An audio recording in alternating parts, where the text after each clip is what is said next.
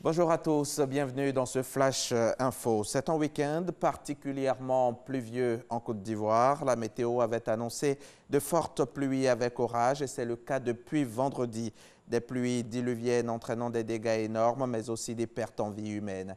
6 personnes en sont déjà mortes. Sur les 5 que compte le district d'Abidjan, 2 vivaient à Bokabo, un quartier d'Abobo.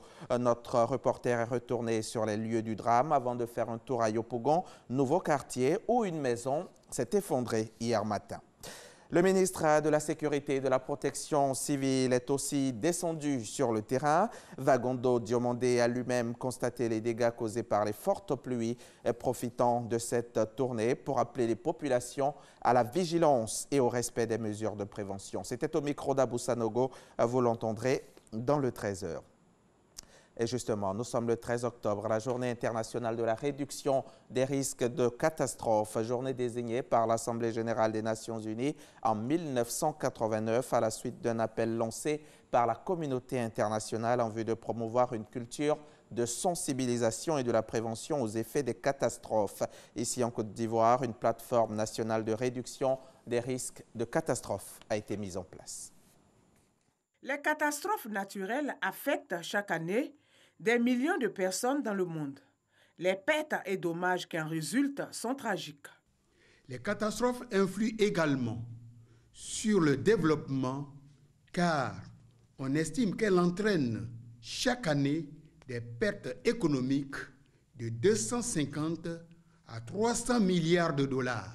Pour ce qui concerne notre pays, la Côte d'Ivoire, le mois de juin 2018 reste désormais gravé dans les mémoires collectives, car suite aux inondations de la ville d'Abidjan, ce sont 22 de nos concitoyens qui ont perdu la vie et pour d'autres, des biens matériels. Contre la vulnérabilité des populations, le gouvernement a mis en place une plateforme nationale de réduction des risques de catastrophes.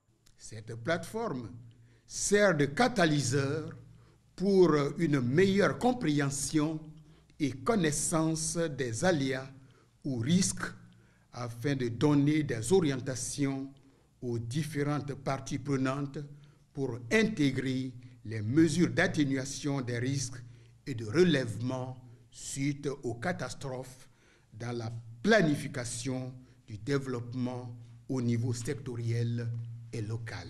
En cette journée internationale de prévention des catastrophes, le ministre de l'Environnement et du Développement durable invite les populations à quitter les zones à risque, à éviter d'obstruer les caniveaux par des déchets et au respect des règles d'urbanisme. Et aucune partie de la planète n'est épargnée par les catastrophes naturelles. Le typhon Hagibis, qui poursuit sa route vers la côte nord-est, a déjà causé la mort d'au moins 11 personnes au Japon. 16 autres sont portés disparus. Tokyo est paralysé. Plus d'un demi-million de foyers dans la région capitale sont sans électricité. Fukushima est en alerte. C'est le plus puissant typhon à frapper le Japon depuis 60 ans. Les éléments se déchaînent dans l'archipel. Hagibis est plus grand en superficie que le pays lui-même. Il a touché terre samedi. Au Sénégal, l'ancien président Abdoulaye Wade et le chef de l'État Macky Sall ont voulu sceller leur réconciliation hier samedi en se rencontrant au palais présidentiel. Un réchauffement des relations qui avait débuté lors de l'inauguration de la mosquée Massalikul Jinan à Dakar début septembre. Les deux hommes remercient également le calife général des Mourides qui a rendu possible leur réconciliation. Les deux hommes ont promis de se revoir chez Abdoulaye Wade cette fois-ci. Le second tour de la présidentielle tunisienne oppose ce dimanche le juriste Kaïs Sayed au mania des médias Nabil Karoui. Les bureaux de vote ont ouvert à 7 heures. De 24 prétendants au premier tour, il n'en reste plus que 2. Le taux de participation à ce second tour sera observé de près. En effet, le premier tour de la présidentielle et les législatives ont été marqués par une faible participation, respectivement 48,98% et 41,32%, et de très nombreux votes blancs.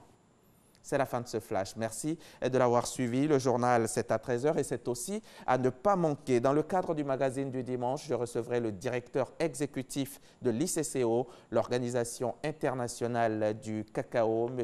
Michel Arion. Avec lui, nous parlerons des enjeux d'une économie cacaoyère durable. C'est à 13 h.